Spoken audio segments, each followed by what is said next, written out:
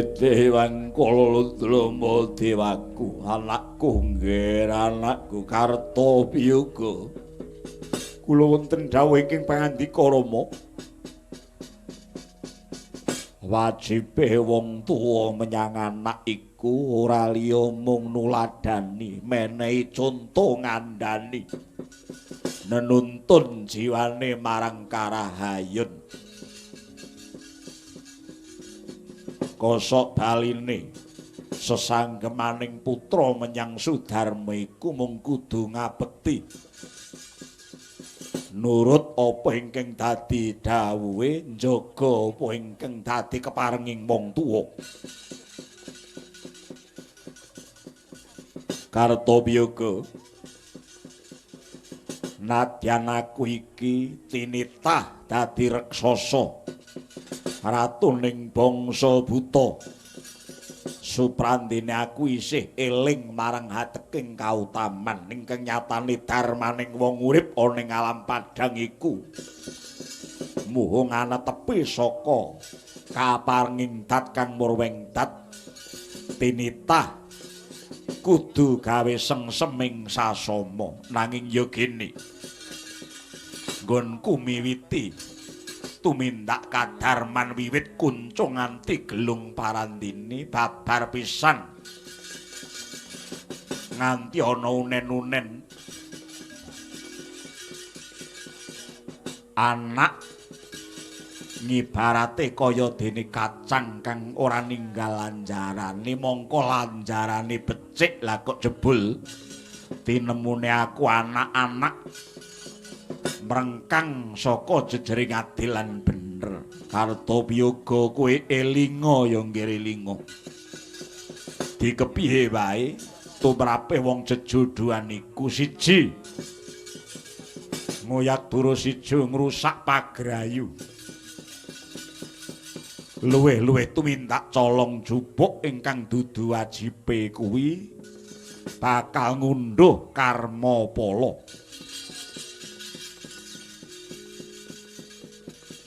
Aku dadi wong tuamu mung menang ngelikake kliruning patrapmu.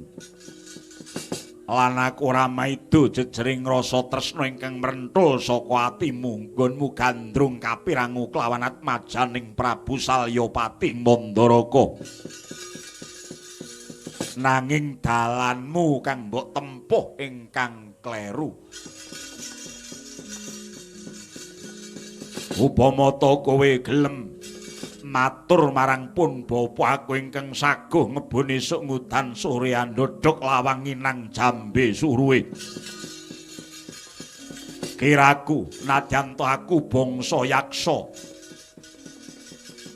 yen taku bisa matur kanthi angarah ngirih anuju prana memalat memiluta ana ngersaning Prabu Narasoma bakal mulung penggalihe kanthi sukalila maringake atmajane wadon Dewi Rawati.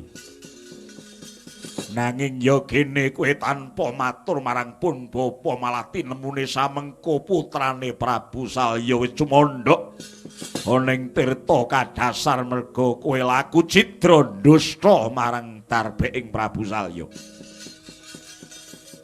Kartobiyoga, aku mung ngelingake marang kliruning patrapmu ya nggih, wong nandur kuwi bakal ngunduh uluk. Mongko sak bisa-bisa wong kuwi kudu tumindak witing susah bebadrane tembene pengarep-arepe bisuwa bungah. Kudu gelem nglakoni sedhih babarane besok bakal nuwuhake pemanggih. Yen diwiwiti sangka cuwa babare besok bakal kuwasa. Wiwite saka wirang babare mengkone bakal antuk pepadang. Yen ribet bakal entuk saged, nanging kabeh mau kowe kudu ngarah-arah. Nulatopun bapa nggonku gandrung marang panembah iki tak sangkani saka mawas diri. Lan pun bapa Srawung kelawan para muni lan para sewa sugata uga aku ndedonga meminta marang panguwasaning dat kang murweng dat supaya besok aku ngambah ning pamancat metu dalan ingkang sakmestine nanging jebul durung pojo-pojo kasembatan pangidamku samengko wis kesandung saka pakartining anak lanang ingkang culika ora ana tembung maneh kejaba mung balekno Dewi Rawati wangkang grasa sumbar lindu bumi gunjing maluduk guntur ketok ngokang coloniti Rama Prabu kula nuwun sewu mestenipun anak mulah menika bapa pradah ngono kuwi walak-walak polaing anak bisa diturut yen to polaing anak mau tumuju marang kautaman nanging kowe wis sasar susur tumindakmu wontenipun kula lajeng ndesta Dewi Rawati ciptaning manah kula sampun anggadhahi panyokra bawa bilih bangsa yaksa menika mboten badhe tinampi mboten badhe Prabu Salya ngulungaken atmajanipun dhateng bangsa yaksa. Kowe ora ngerti. Prabu Salya kuwi sapa? Nalika isih nom jenenge Raden Narasoma. Garwa Dewi Pujawati ingkang saiki dadi Dewi Setyawati kuwi atmajaning Pendhita Yaksa ing Ngarga Belah. Begawan Bagaspati kuwi buta. Ya kene Prabu Salya teka ora nampik marang turasing yaksa. Menapa dipun kinten kula mboten mangertos lelampanipun Prabu Narasoma. Saking dongengipun Togok Teja Mantri wontenipun Raden Narasoma ngantos gadah garwa Dewi Setyawati menika ugi lampah ingkang kirang prayogi. Malah kalangkung tumindak nistanipun Prabu Narasoma. Piyambakipun seneng nangkane nanging emoh dhateng pulutipun. Nyatanipun boyong Dewi Pujawati inggih Dewi Setyawati kanthi srana mejahi mara sepuhipun Begawan Bagaspati. Mila saking menika kandel kumandeling raos kula mboten badhe tinampi ngreh pasuwitan kula. Nyeti Dewi Rawati ing Mandaraka, Prabu Salya mboten badhe marengaken atmajanipun kula garwa. Nggih kanthi raos sing mekaten kala wau lajeng kula colong. Sakmangke kula papanaken wonten ing keputren Tirta Kadasar. Terus karepmu piye? Namung Rama ngantos dinten mangke Dewi Rawati mboten kepareng ladi satataning garwa. Malah piyambakipun ngawontenaken bebana. Purun kula garwa menawi dipun wayuh kalian sederekipun kalih pisan inggih menika Dewi Surtikanti lan Dewi Banawati. Mila ciptaning manah kula nyuwun pamit ngarsa paduka Rama Prabu. Dinten mangke kula badhe bidhal dhateng Mandaraka malih. Surtikanti Banawati badhe kula dosta. Agya trisangka biranya rinangkul kinempet kempet. Latala. Anakku ngger anakku. Dadi gunemku sak keranjang gambir iki mung metu kuping tengen. Mlebune saka kuping kiwa tegese kowe nganginke gunemku. Dikepiye wae pun bapa ora bakal mengestoni. Najan paduka mboten mengestoni dinten mangke kepeksa kula bidhal Rama Prabu. Nemoni lelakon apa kowe Kartowiyoga?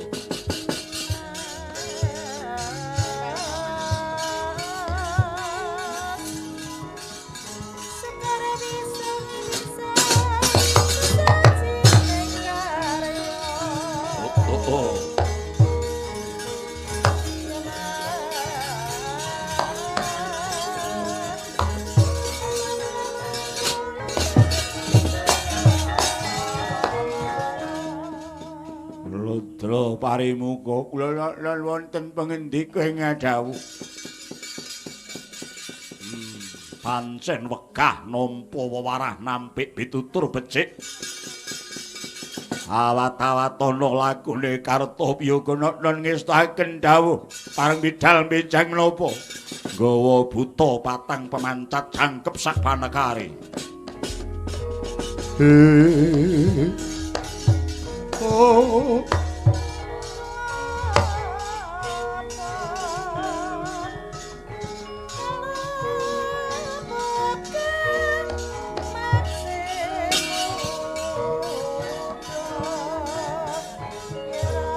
Laksmaya winayang sepi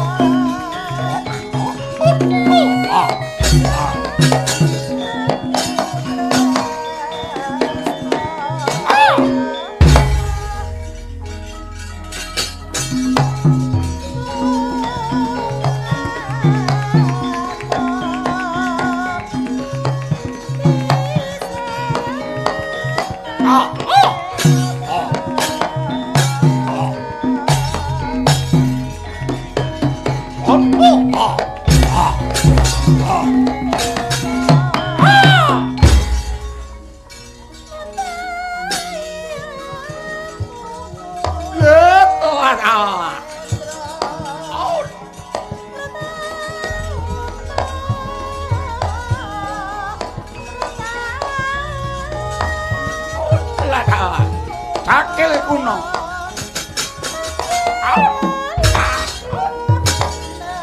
Ngono wae wis apik.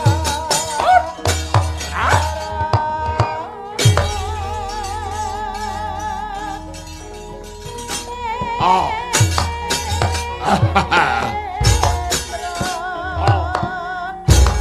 Boy.